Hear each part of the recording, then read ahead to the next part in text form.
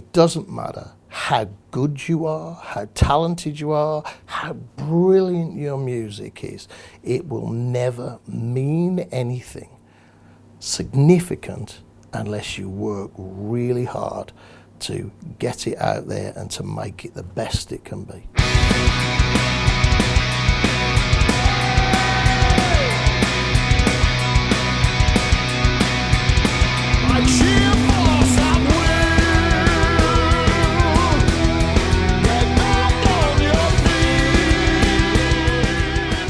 Chris, Blaze, we're here for the tour of Endure and Survive Infinite Entanglement Part 2.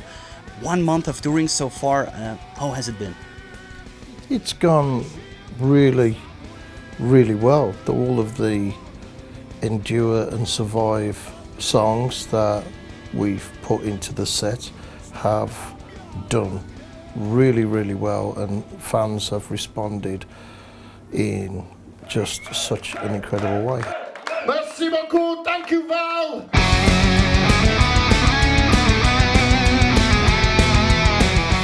Tell me a little bit about the story of the album. It's a trilogy. It started with Entanglement, that's part 1. It is the story of someone who does not know if they are human, and they are on a journey of 1,000 years in space to find a new Earth-like planet.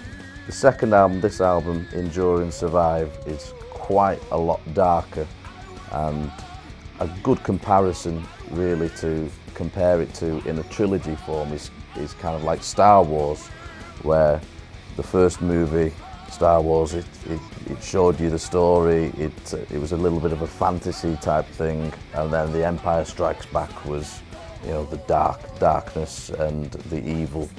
Endure and Survive is part 2. That starts at the end of that 1,000-year journey.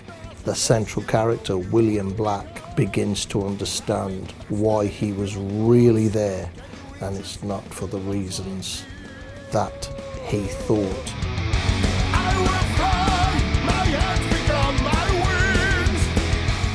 Vanaf hij begonnen is hier een kleine zaal te te spelen en maar gevolgd. Het is misschien al de 8e keer dat we komen. En dat is altijd magnifiek. Die gast is super, super. Een goede zanger natuurlijk. Ja, de andere zangers ook, maar dit is heel sympathiek. Every song is very good on the album. You can listen it from the start to finish. And it's like really beautiful music. He has got like an operette voice.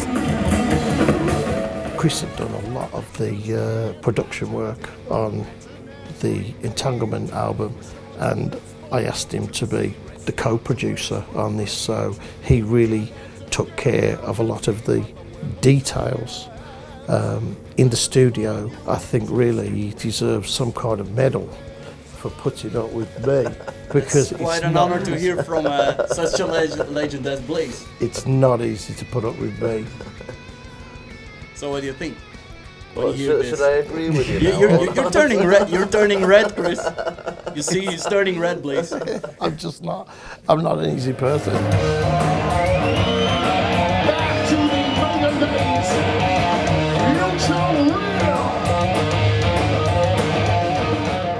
Iron Maiden, how do you look back on this period right now? It's such a great time, really, and it's the things that I learned from Steve Harris and the rest of the guys in Maiden that I use those lessons in my work all of the time, in my writing and performing.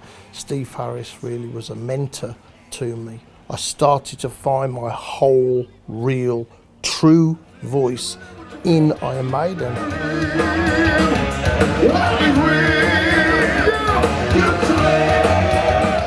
Wordt ook vaak vergeleken uiteraard met Bruce Dickinson. Wie is dan de betere volgens jou? Je kan ze niet vergelijken, ze hebben een andere stem, een andere methode van zingen. Blaze chante plutôt dans accès triple dans les tons plus bas, et les chansons qu'il a fait avec Maiden de sa période, comme le Clansman, Sign of the Cross, Man on the Edge, etc., sont des chansons extraordinaires, et même Bruce n'arrive pas à les chanter aussi bien que Blaze le fait, donc il n'y a pas plus fort, c'est juste deux chanteurs très différents. No, we can't let them take anymore. We're the land of the free. No. So how how do you do it physically? Because, you know, it's intense, voice-wise, for example. I think the main thing, apart from the obvious things about not being drunk and partying all of the time, it's that we are determined to keep going, and I'm completely independent. I'm not with a big label, I'm not supported by any bank or rich parents or anything like that, and I own all my own recordings now. I make my own records, so nobody can tell me what to do, and I'm not trying to be big. I'm not trying to get to theatres, I'm not trying to get to stadiums or arenas. I've done all of that.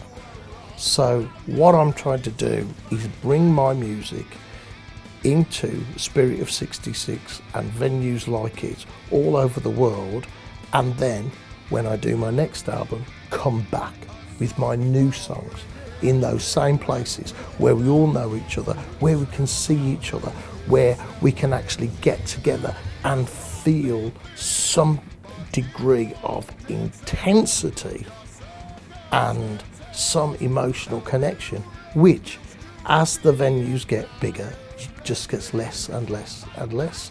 And that's why we do so many shows, and that's why we keep up that level.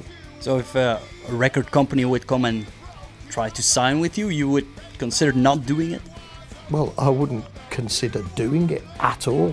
What possible incentive is there to sign away your rights and privileges and freedoms? What possible incentive is there? Isn't that slavery?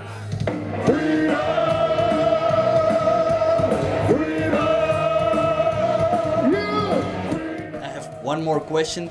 Maybe no one ever dared to ask, so I'm doing it anyway. But I was wondering... Bananas. It's bananas. That's my greatest fear. It's that we have bananas on the rider because it's a great source of quick energy. If we haven't had a chance to have anything to eat, we've avoided junk food.